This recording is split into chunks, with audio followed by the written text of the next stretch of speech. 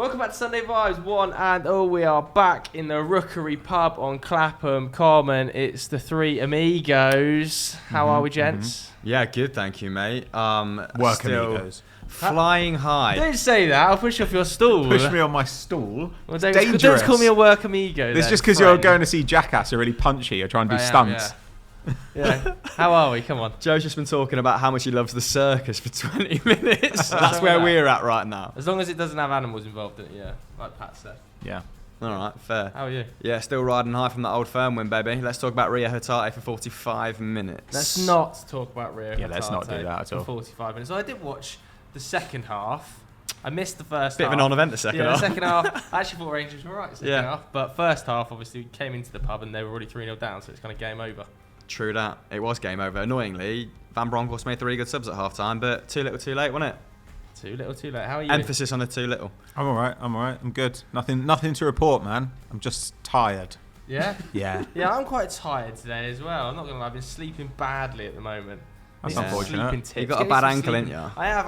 I've hurt my ankle playing five-a-side. That's still an issue. First win in a year on Wednesday, but troubling. I don't know what I did, sprain my ankle, something like that. And you know when you're lying in bed and you like go to roll over and your foot gets caught in a sheet and it like twings and you're up awake again. Oh. I think Zach's saying that you're hamming this up. I'm not. I did. It was sore in the moment. It's just a sprained ankle. It was sore in the moment. Yeah. It's just one of them it's no good. ones. No good at all. Right, should we crack on with the question? You're never going to make it to the circus with a sprained ankle. Absolutely not. Let's crack on with the question then. It was sent in by Frazzles with plenty of Z's in there. Mate, he love says, some Frazzles. Of the deadline day signings, who will be the most successful and who will flop? Very quickly, Deadline day specific. Before we get into this, Frazzles or Snaps? What the fuck is Snaps? What, the tomatoey ones. Oh no, then the other ones. Frazzles. Yeah. I've never even heard of a Snap. I don't want to. I haven't either. Space Invaders. Space Invaders. Yes. Yeah, I've heard of Space Invaders. Yeah. Snaps. Maybe I got the name wrong. They were tomatoey, red packet, yellow writing. Never mind. Let's move on. But no, I can't remember. I'm not sure what you're talking about. Right, yeah. Fair. All right. Let's do Frazzle's question then, because we all clearly prefer Backstreet Leicester crisps. Yeah.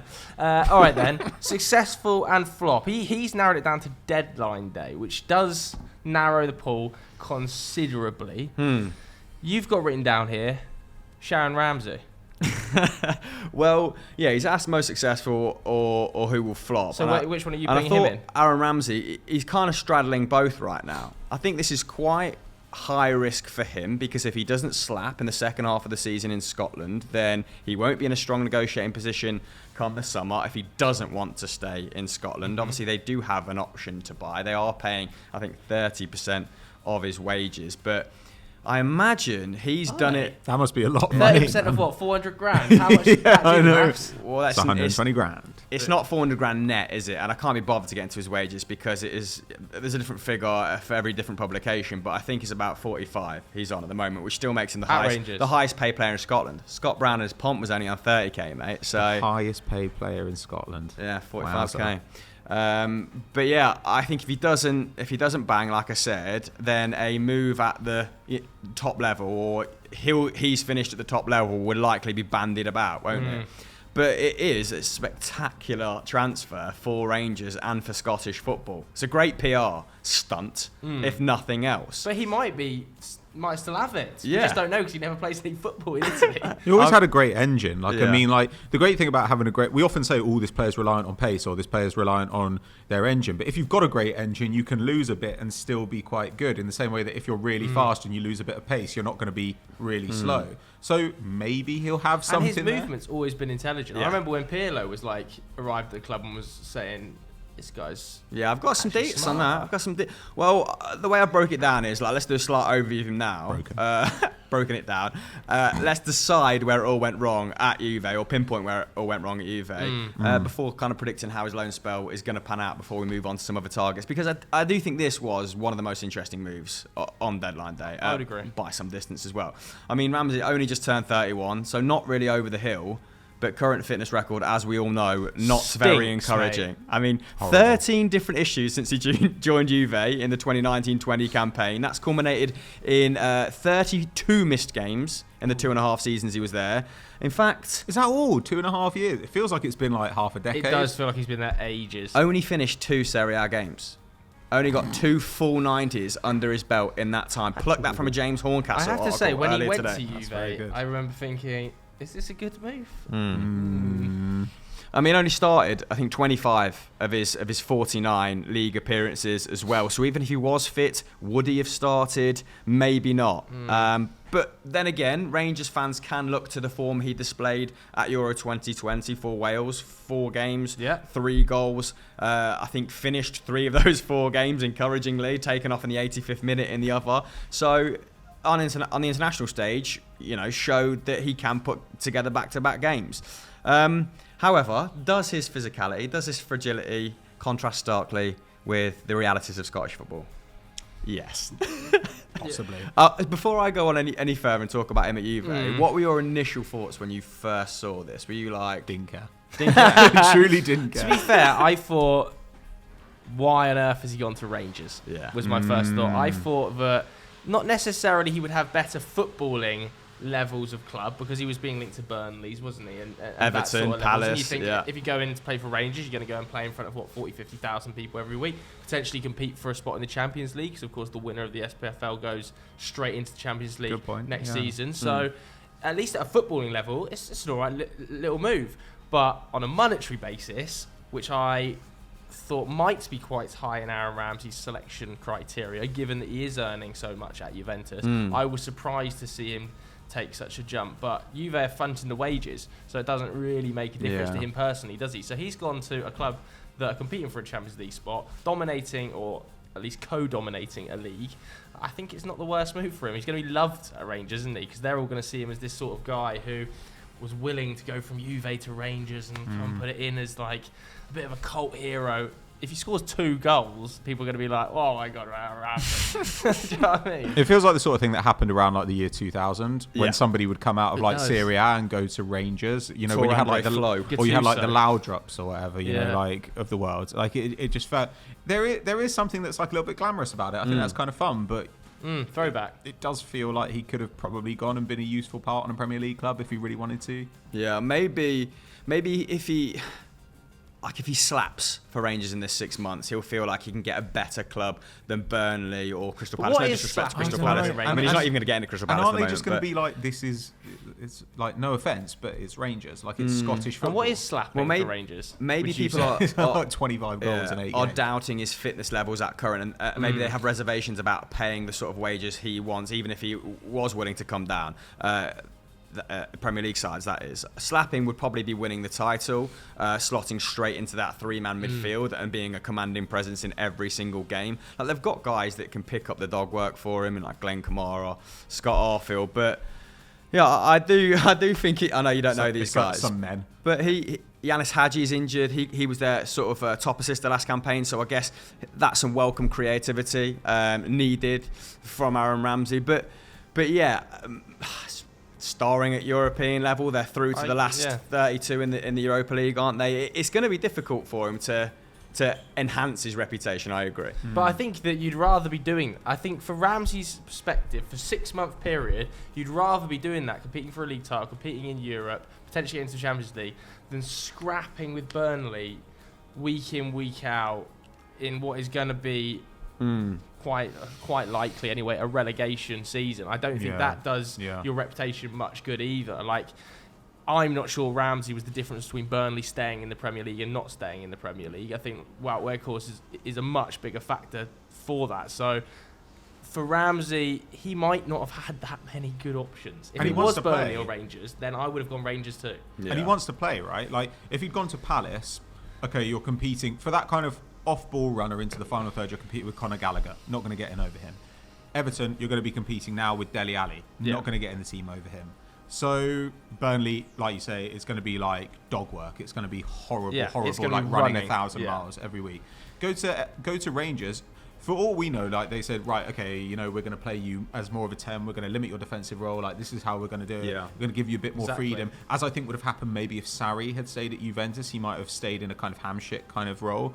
Like, I kind of understand that. He must be... Because Aaron Ramsey is not the kind of guy, I think, who wants to sit on the bench and collect a paycheck. I think he wants to play. He's had a really frustrating couple of years. I think it's a good point. I did think he probably partnered his what remains of his physicality, like with his destination, right? So Exactly. At Be a Rangers, bit more of a luxury player up there, can't he? Ball dominant side. Like we saw him actually play really well for a period, like you said earlier, under Pirlo, when Pirlo deployed that 4-4-2 and he sort of played him on the left almost as a winger, but then when they were on the ball, he kind of came inside almost as an auxiliary striker. And then Allegri started playing him at the base of midfield, and lo and behold, that lasted like 3 or 4 games before he got dumped out of the side, because he's a good passer, but he's never been a controller, has he? Like we've said, his strengths are kind of a lot of the time off the ball, making those last man runs. It's very intelligent, isn't it? It's very intelligent, and he can probably be slightly more of a luxury player at Rangers, where he doesn't have to commit wholeheartedly to being part of a defensive unit with 10 men behind the ball and be very structured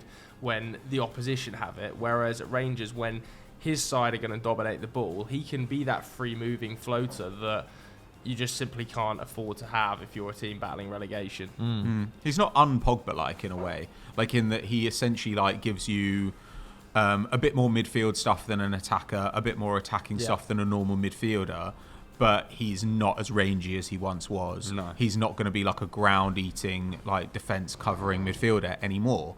Like, so you've got to have a really specific role for him, which was how I felt when he left Arsenal. I remember saying to you, you know, he's a great player and our fans will love him, but he is a guy who you're starting to have to work around his limitations. So if they've got a plan for working around those limitations, then great. I think that he could put up really great creative numbers. Like that is definitely where you get edge with Aaron Ramsey. He always has been a really good career, hasn't he? I think his goals and assists have always been at around 0.4 per 90 wherever he's played, and that's mostly been in the assist department. I think 45 assists for Arsenal in like 180 Premier League games, which is pretty bloody handy. But like you said, his last all-round season was like 15-16. I remember he had a great campaign there and put up around 29-30 Premier League starts, 9 goals and assists. It was over 4 tackles and interceptions as well as contributing to like over 2 shots, over a key pass.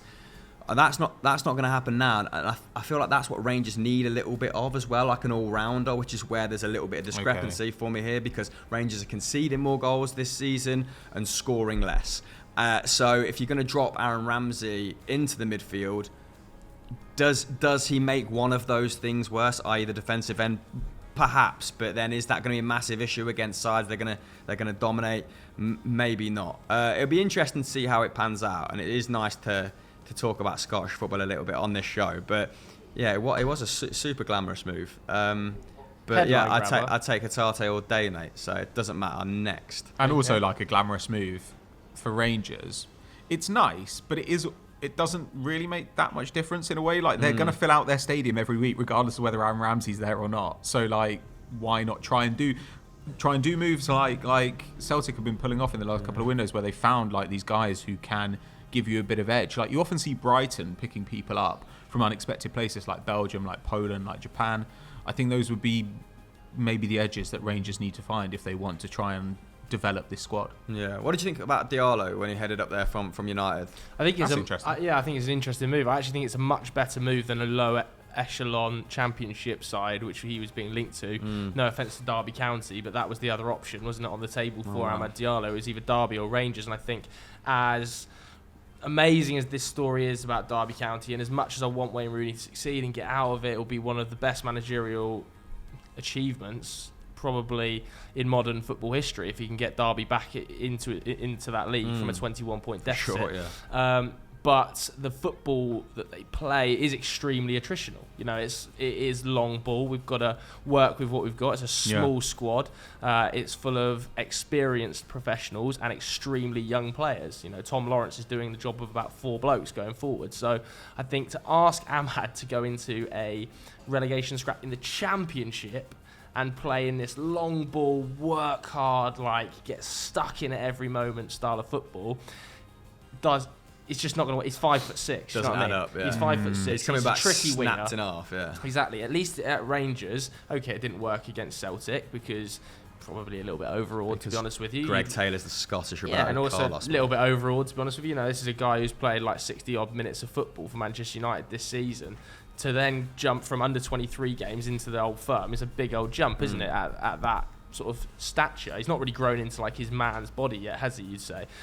So I'd rather he was playing for Rangers in a league where he's going to be able to show himself in a ball-dominant team that are going to be consistently attacking sides, rather than a team that, okay, you're trying to help Wayne Rooney out, but it is just kind of...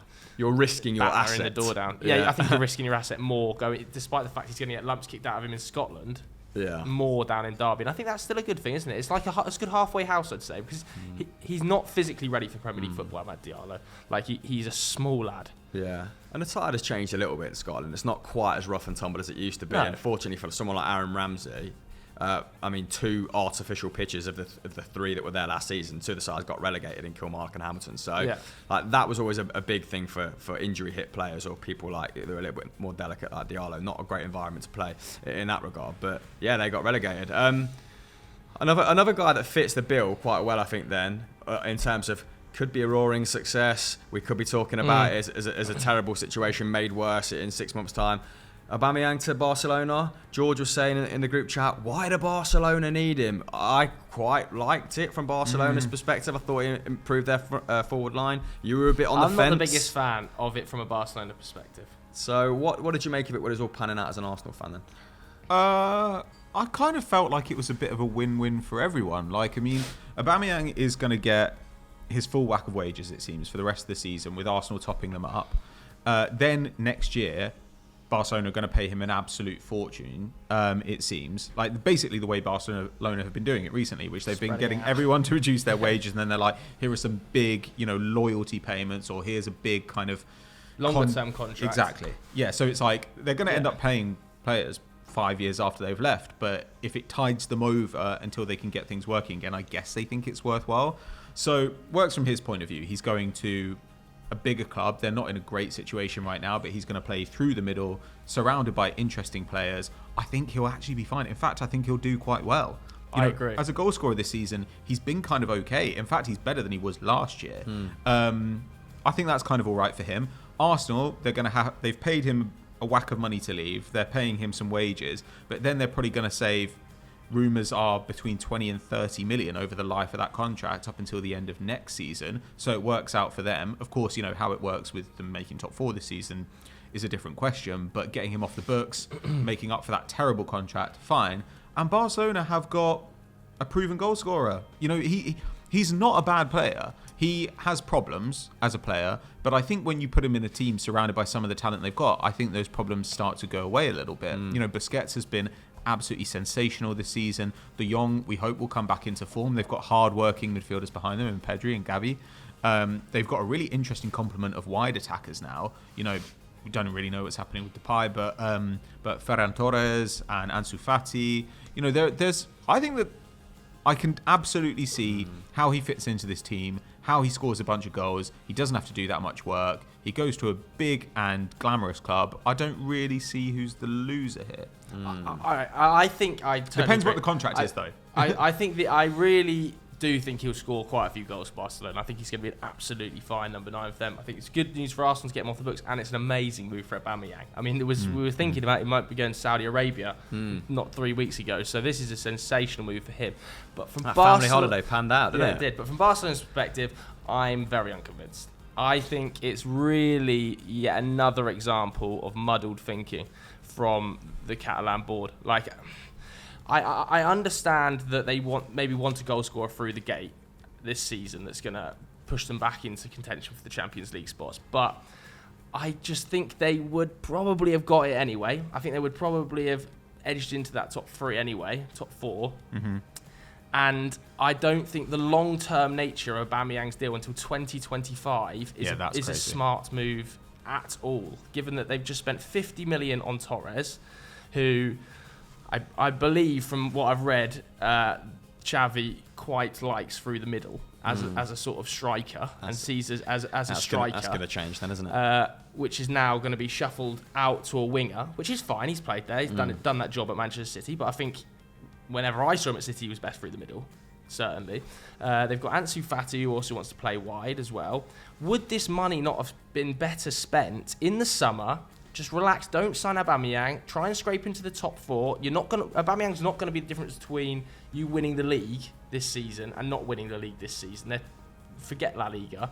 So would it not have been better in the summer to just readdress this and go, okay, how do we see the squad lining up in 3 years' time when we're trying to rebuild, spending this, however much they're going to do on wages on Aubameyang, £20 million or whatever, £30 million, and going, okay, let's put this in another wide talent to try and create a front line of Ferran, Fati, and another young, exciting talent across Europe. Partner that with the likes of a Memphis Depay as a squad player as well. I think would have been a much smarter, intelligent option than doing £30 million in wages on Aubameyang over 3.5 years of a contract. I think it's just bizarre. I thought the idea was going forward under Xavi was to be signing young, exciting prospects that could develop into a role on less wages. But instead, they've gone and signed an over 30-year-old on a 3.5-year contract on some of the biggest wages in European football. But they're completely incapable of just like saying, of drawing a line under it. They're completely incapable of saying, we've financially mismanaged the club over the last few years. We've gone from manager to manager with no clear plan. What we're going to do now is live within our means for a few years, rebuild the squad. And instead, they got this huge bridge loan and rather than saying, okay, we've got this bridge loan and that's going to be our insurance, that's going to help us with the stadium, that's going to help us build a club for the future, they were like, fuck it, we're going to go out and carry on being the Barcelona for the last 5 years. But Laporta in public has been saying, we can't keep spending this money on aging players, we can't keep doing this, we can't keep doing this. Yeah, and he gets a 3.5-year contract to an over 30-year-old Aubameyang. There's a break clause in there, isn't there? But Aubameyang's going to be like 35 by the end of it if he sees it through. It's only at the end of this season, though. So if Aubameyang scores 10 goals this season, do you think Barca are going to hit that break clause? Only if they can get Haaland, probably. No way. Yeah, so they can reassess to a degree, I guess, in the summer. But you're right. I agree with you guys in the sense that he's a good player, but it's muddled thinking. What is the point? It makes a bit of a mockery of employing Xavi if you're not going to persist with a long-term strategy. Though Xavi's a problem as well here, do you not think? Because he's already had to give up on his Cruyffian ideals. 2 years ago, he was in the press saying that like Aubameyang is great when you're a team that plays, into space, but I need players that can play in tight areas that are really comfortable, highly technical on the ball, and that's not necessarily his game either, is it? So already, I mean, we've seen it with every Barcelona manager who's come in, tried to stamp some sort of authority on it, some sort of philosophy, and then within months or even weeks, they've had to be a bit more pragmatic, or they've had to sort of like, I don't know, appease fans or whatever in a certain way, and this feels a little bit like that, doesn't it? Well, it feels like Xavi saying, if I'm going to get nothing else, it feels okay, like then. Xavi was saying, I want a striker for 6 months in through the door. He wanted Alvaro Morata, didn't he? And that move didn't materialise. Who else can we get that's an experienced player that is going to come in, hit the ground running in terms of goal scoring output straight away and propel me back into contention for the top three? Aubameyang will do it. But then what they've had to do in order to get Aubameyang through the door is compromise and give him a further 2.5 years afterwards, because they can't afford the wages over the short 6-month period. And that, at the end of the day, they should have looked at that and gone, in my opinion, should have looked at that and gone, I think we could just hold off here. If we back the boys and we back Xavi enough to get us into that top three, we can spend that money better. I think maybe you're right on this. I think maybe you're right. Reassessing. I think he'll be fine these 6 months. Definitely. But you're right, the length of the contract is a serious issue. So if they're planning to just give him 6 months and then he's gone in some way, though I don't really know how that's They do have a break clause, but it seems a bit muddled. They have to then pay him out of the break clause, don't they, as well? Yeah, so unless Xavi has been on the blower to like his friends like in Qatar or wherever he was, and they're like, right, we're going to take this guy off you in the summer. Because they are heading a little bit for the Everton problem from a couple of years ago. Do you remember when we were like, Everton have got a terrible team, but they've got an enormous squad full of garbage.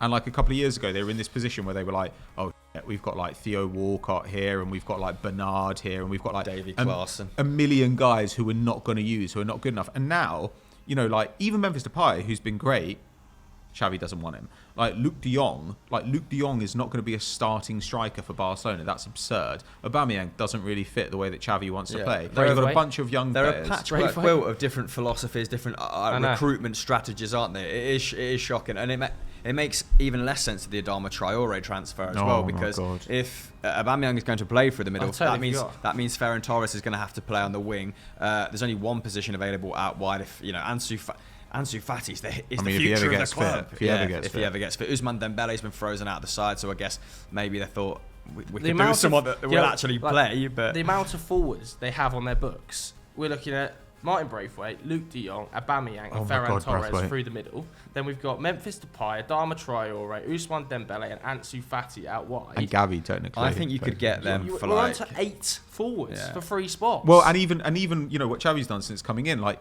a couple of years ago, they were like, we need to move on from Sergi Roberto at right back. So they went and got a specialist in the position. They got Serginho Dest, who I think has been pretty good when he's played, even though he's had to play in the front three. He's had to play at left back. They were then like, right, okay, we're going to go get Dani Alves in January because he's going to give us a bit of experience. But actually, it turns out probably that Xavi wants him to play quite a bit. Okay, right, well, if you want to do that, I suppose there's a way to do it if you have an attacking enough left back, but they're still playing Jordi Alba, right? Then they go and get Adama Traore, who I think literally every single person in the world agrees would be at his best as a right wing back. Is he going to play there? What's going to happen? Or is he going to play for 2 games? He's going to like shank a pass out of play, and Xavi's going to shoot him in the head. Like, so I just think like they couldn't even register Dani Alves for the Europa League squad. They couldn't even register Dani Alves for the Europa League squad. They've only been able to register 3 of the 4 signings, so they've had to drop Dani Alves, who they've signed from the squad now. And they signed Dani Alves about 2 months ago, and I understand he's probably been brought in more for his off the field work ethic and coach, and almost like a player coach level kind of signing, but. What's going on? Even before all of this, their attack was probably still roughly Champions League level totally fine. In Spain. Yeah. Fine. By expected goals, I think they were the 4th best attack in Spain. But they're 7th for goals scored in terms of actual goals scored. So maybe they've shat the bed a little bit. They just signed Ferran. Firepower. They just bought 55 million. They have just signed Ferran Torres, who's a really good finisher. And they've got a game breaking, like whatever Adama Traore is, he's a game breaker. Like he's a guy who just bursts through 2 defensive lines and puts it on a plate for somebody. If you can get him like to play that, 10-yard pass at the end, like he is amazing at doing that. It's undeniable, and he's done it in the Premier League, which is a faster, more congested league than La Liga. I don't know, man. Like it just seems, and they're still, the worst thing about Barcelona, I think, is they're still trying to do shit from 2011. They're still trying to run the same playbook. With like so and so's got Barca DNA, blah blah blah. You've seen Piqué coming out this week and being like, if I were Haaland, I wouldn't want to go to Real Madrid because he's not going to want to play with Mbappe. It's like, shut up. Know who you are. Know your role. You are no longer like the biggest player in world football. You're a fucking mess club. And you need to just sit down and actually work it out. Like, what they actually need is kind of what Arsenal have done, which has been like, my God, we're the thickest club in the world. Let's literally bin every single player at this club and rebuild from the ground up. And maybe in 5 years, you'll be able to compete. So they've been a bit unlucky this season when it comes to kind of finishing and stuff, because actually I think they've been just as good as Real Madrid in the underlying numbers. And I don't think there is an outstanding club in Spain right now. But Joe's right. They should have a vision of where they want to be, planning. And they just refuse to do it. They refuse to do it. Or they start it and then they go, no, we can't. No, they have one humiliating result, and they're like, we can't lose 4-0 to Real Madrid. Xavi absolutely demanded him last minute, and then they are kind of doing what Arsenal are doing with Arteta in sticking by their manager rather than this constant, rotation. And I suppose ultimately with Xavi, he can't be sacked because he doesn't fulfill Barcelona's criteria of having that Cruyffian vision, right? So they can't even level that at him. If they sack Xavi, that whole board's just going to be like, we'll have to say pretty candidly, we don't have a fucking clue what we're doing. Yeah, I know. It's an absolute mess. Should we move on to another player then? Any other suggestions for either hits or misses on deadline day? I don't even remember the moves that actually happened. I think Matty Target is a very good pickup for Newcastle. Went to Newcastle on loan. I don't think there's an option to buy there. Very surprised Villa let him go because they don't have an awful lot of cover at left back. And Luca Dean's fitness record is pretty good, but he does have a tendency to miss sort of 5-10 games here and there. And it is going to be Ashley Young playing left back. What's happened to Jamal Lewis? Jamal Lewis has been excluded from Newcastle's 25-man Premier League squad. So he's not made it. Kieran Clark's not made it. There's a couple of others that haven't made it. And he's expected to 15 mil last season. Yeah. That's a big upgrade, though, for their left-hand side to go from whatever garbage they were playing to Target and Burn. They're going for, I think they have kind of Matt Ritchie did his best, but it's not his position. I totally agree. I think Matty Target as well, what he offers nicely to that Newcastle backline is balance to Kieran Trippier, who is going to want to progress a little bit more. He's not the most attacking fullback, is he? But he's very structured, positionally very strong, tucks in narrowly alongside his centre-back, which is likely to be Dan Burn, and it's hard to break down, which is going to be perfect for Eddie Howe because they're still shipping 2.5 goals a game. And he played every game for Villa last season, won their Players' Player of the Year. Like he's fit and available, which is a good start, isn't it, for a defender at Newcastle? Absolutely. What about Dennis Zakaria to Juve? I like this. His stats have changed a little bit over the last few seasons. Like, obviously, he's had injuries in that time, really significant injury.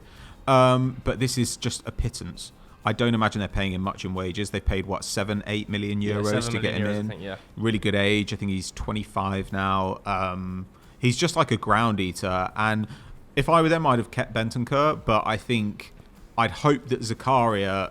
They've had a bunch of midfielders go there who we really, really liked, and none of them have ever quite soared. So I really hope they can keep Zakaria fit, and he can be the guy who just mops everything up in midfield. Because, I don't know, man, like, I think partially this is to do with the Aaron Ramsey thing. They got into the habit of thinking, here's a bargain, we must get this person in, and not necessarily thinking, do we have a role for this person? Zakaria, I think, is much more of a problem solver than some of the other guys they've had. So I think this is a good move. I'm fine with it. I still think that having Allegri there is a bit of a mistake, but whatever. In a few ways, this is the inverse of what Barcelona are currently doing, right? They probably didn't want to sell Bentancur. They definitely wanted to get rid of Ramsey, by the way, who the fans despised. Yeah.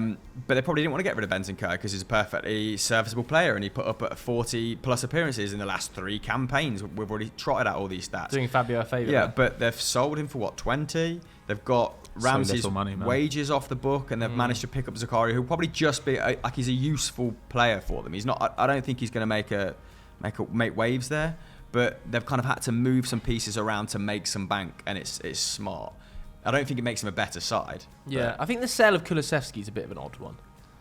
Yeah, because but I think that was a guy they could sell. Yeah, that feels also like one of those sort of moments where we need a bit of cash here, and there's a legit offer on the table with an option to buy at 40 million euros. Bernardeschi's value has just gone woof. Yeah, no one wants him because he's rubbish. The only issue is that it's not a guaranteed obligation to buy with Kulusevski, is it? So if he doesn't go though, he comes back and he's 22. He's really, really young.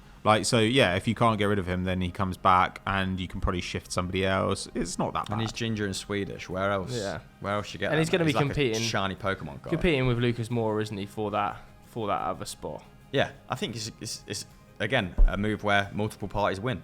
There's definitely been a ginger Swede. I'm trying to think that I can see some some absolute bait being playing in the Prem. Relax. Fuck, who is it? What about Jeremy Boga to Atalanta? I truly don't care. Do you care? Well, that's your job, mate. You pretend to care about Atalanta. My interest has waned a little bit since we started. Postecoglou started playing a similar brand of football. Now I don't have to find solace in Atalanta like I did when Neil Lennon was at the helm of Celtic. The Glasgow Atalanta Celtic. So yeah, I think Jeremy Boga, his numbers have plummeted, but I guess that was kind of inevitable given that he knew he was moving for quite some time, and as a Sassuolo, maybe his numbers have gone down, right, lad? His numbers have gone down because De Zerbi left, and they've not been quite as inspiring since.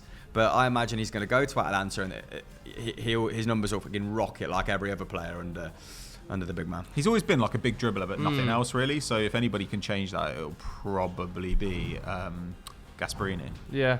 I also think we should probably just touch on Luis Diaz. I don't think that had happened at the time last week's show, had it? Going to Liverpool, or had it? Potentially we did speak about it. I think it happened like mid-week last week. Is that right? Okay. Or that's when it was rumoured. That's an interesting one, isn't it? I think we were all kind of like, we have more confidence that it will be good now he's going to Liverpool than when he was going to Spurs. Because Liverpool just don't mess up big transfers. Like the only 2 big transfers I could think of in the last few years they've messed up have been the Ox and Naby Keita. And in both those cases, you kind of say injury was a bigger factor potentially than like getting it wrong. Any other deadline day movers? Sorry, it's like we're in the middle of Piccadilly Circus. Any other deadline day movers and shakers? We've gone to the quick fires. Luis Diaz, for me, I think he's going to probably take a little bit longer to break into the side than some people anticipate. I think Mane will just assume his role. Even though he's at AFCON, Mane and Salah are at AFCON. When they return from the AFCON, I think they will go straight back into the side. Like Klopp is loyal as well, isn't he? But I can see Luis Diaz playing very quickly straight away. We've just spoke about Boga as a prolific dribbler. That's the they're the numbers that pop for Diaz, right? Dribbling. Like other areas of his game need work, and he's played on the left-hand side of a 4-4-2 for Porto, who are very ball dominant in their division. I think he's going to find it maybe a little bit tougher going in the Prem for the first 6 months, as you'd expect.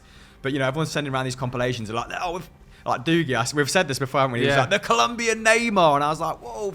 chill out, give him 6 months. Yeah, but although players do tend to have a little bit more of a slow bedding in process at Liverpool, I think under For sure. Jurgen Klopp. No one knew Fabinho was there for 6 straight away. months. Yeah. Jota took a little bit of time. Now we're seeing like the benefits This is of what it. I mean, man. Andy Robertson, I think, even was a bit of a slow burn. So I think give him have a bit of patience, but he is going to be good. Especially because he's been a new player this season as well. Like Diaz in the last couple of seasons been playing in a deeper role. He's been a kind of 0.4 XG and XA per game guy. This season playing in a different role, like further forward, narrower, and suddenly he's jumped to like 0.6 and been a hugely dominant player in that league.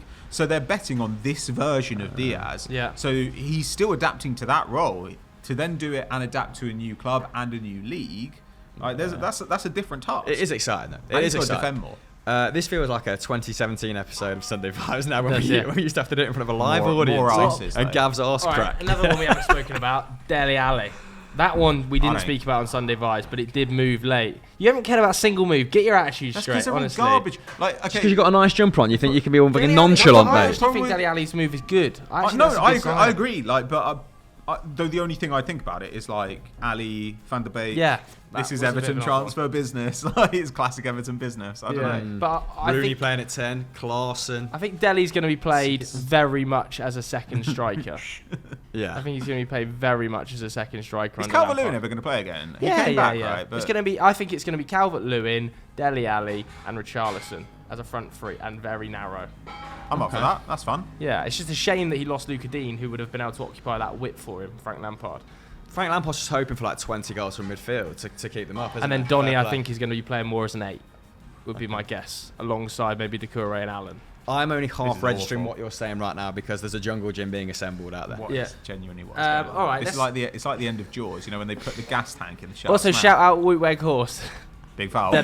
Big deadline day mover there, wasn't it? Although I just twigged that I believe Big Wout's first Premier League game is Manchester United at Burnley, Oh, split loyalties. He is going to gobble up Varane. which is I already can picture him versus Lindelof at the back post. Yeah. You've got to play Phil Jones, the only Oh. man that can contend with him. This He's is going to gonna- happen. It'll be a Dwight McNeil in swing up. Lindelof's getting climbed all over by Weghorst, and Weghorst nods in. De Gea flaps. How top of the fluid he looked doing Yeah, I that. know. He was like one of those inflatable men outside a car dealership.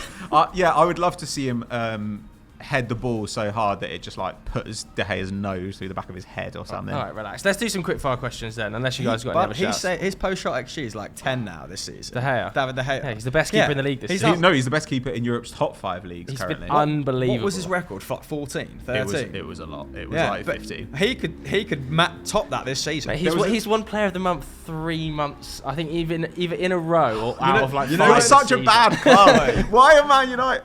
I don't know. Actually, you look at Man United squad, people are like, look at this garbage, and you think, actually, this is probably 2 or 3 signings away from being really f***ing good. Yeah, it's But always 2 or 3 signings. You know, De Gea's been lethal. When Sky pick the graphics to promo the game, it's going to be Wouthorst and De Gea, mate. Oh, imagine. Wouthorst, I just called him. That's Weghorst. amalgamation. Let's do some quick fires then. Lukey G1 Oh my says, God. which team will improve the most during the second half of the season?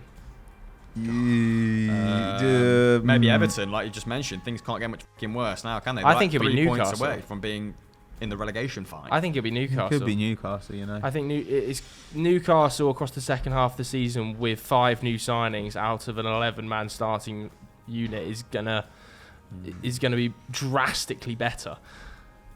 Yeah. I also think United are going to get it at some point. Like, I think United have been pressing on, more. Pat. Yes, You can see Pat. it more in the numbers. Like, they are pressing more at a certain point. And every pressing manager who arrives at a club always says, it's going to take a while. It's going to take a while for them to get it. At some point, they'll probably get it. It might just be a month before the end of the season.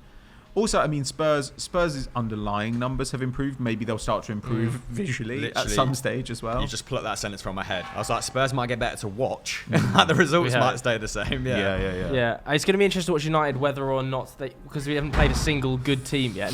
Fuck me. Not played a single good team yet. So hopefully, when we play a good team, things start to come together. And also, Paul Pogba's back. Great. Which I'm interested to see next Cool. 6 Yeah. months. Because whenever a player wants a big move or a big contract, they suddenly start playing like Leo Messi, don't they? Mate, I'm going to get a pint of that'd be arsenic superb. in a second. Absolutely. My head's gone. Head is totally off. When's football going to come back, by the way? It's I've got to tonight, say- Man United Middlesbrough, which means we've just jinked it and United will be out of the not FA football. Cup. That's not football, is it? Midweek. Next So next week. Prem's back next week, midweek.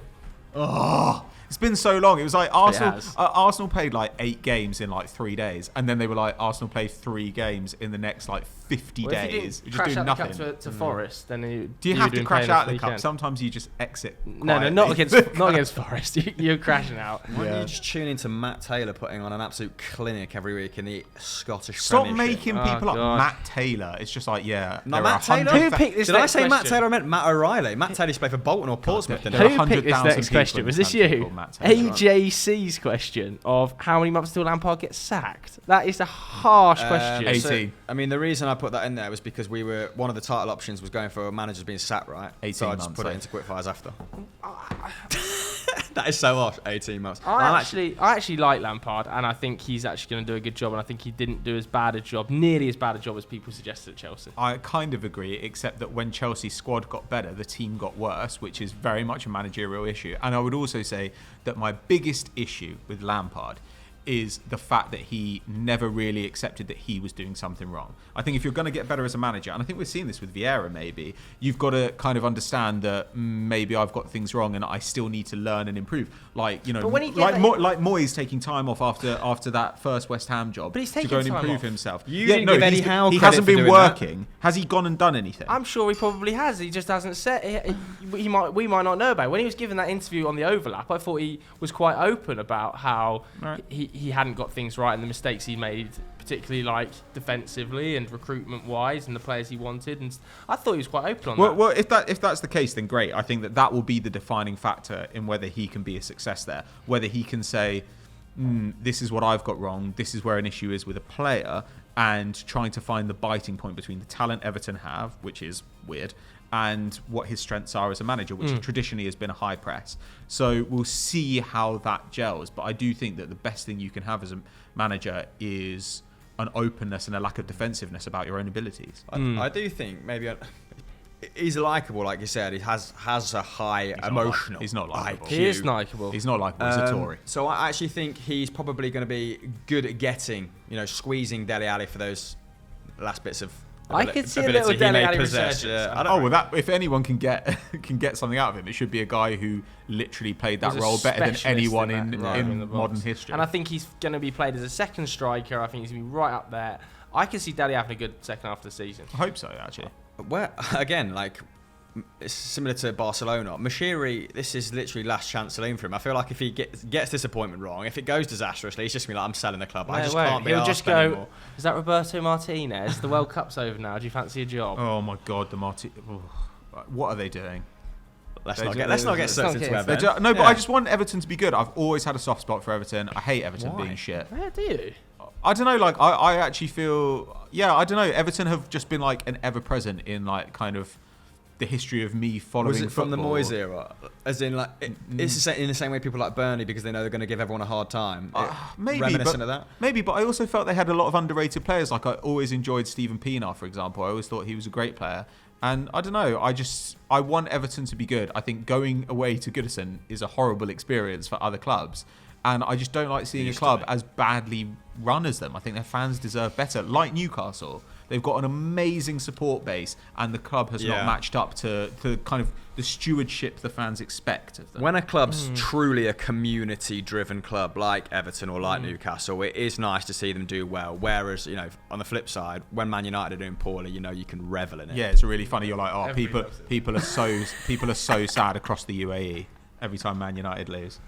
Brilliant. Okay, let's do one final personal question then from Swaggerto, who says, what is that one food smell that makes you hungry instantly? Oof. I was thinking about Nando's when he asked Nando's? this. Yeah.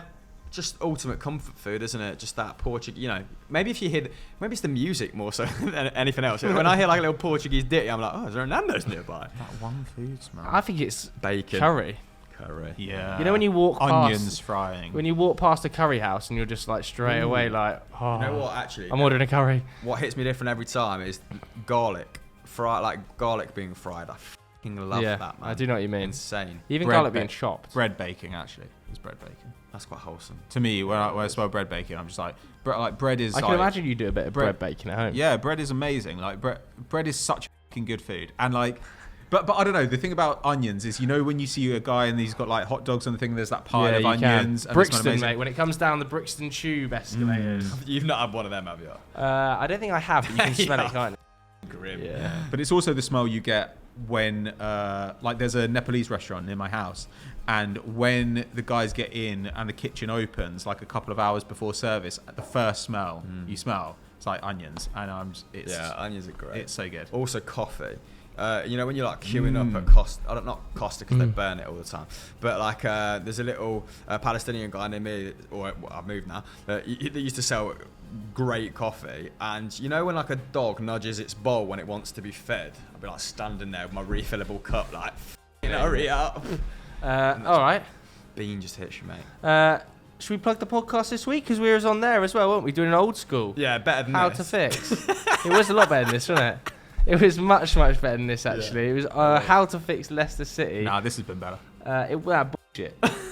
That was much better. Don't bother with the podcast. We'd done a lot of research into Leicester, and we all bought signing to the table and multiple different things. It was old school, isn't it? Who did you suggest the signing was? I spoke a bit about Dave Rennie, the head of medicine. Yeah, you did. I also picked, I think my standout was probably Lisandro Martinez at centre-half to replace Johnny Evans, who's got 1.5 legs. Yeah, Pat, who did you say again?